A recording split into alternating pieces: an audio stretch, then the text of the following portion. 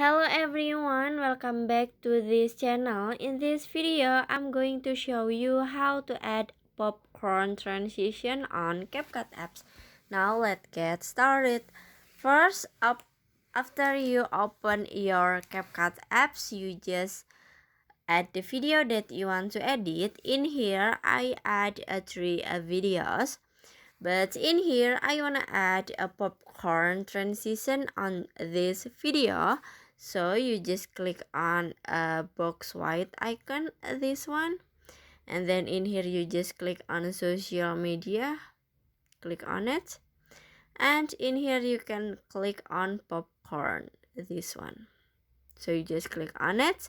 And then in here, you can set the duration for the effect. So for the transition, so you just swipe all live like this.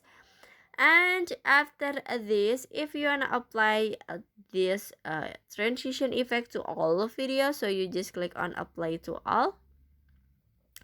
And after this, you can click check icon in here and finish. So that how to add popcorn transition on CapCut apps. I hope you found this video to be helpful. If you enjoy with the content, please consider like, comment, and subscribe down below. Bye bye.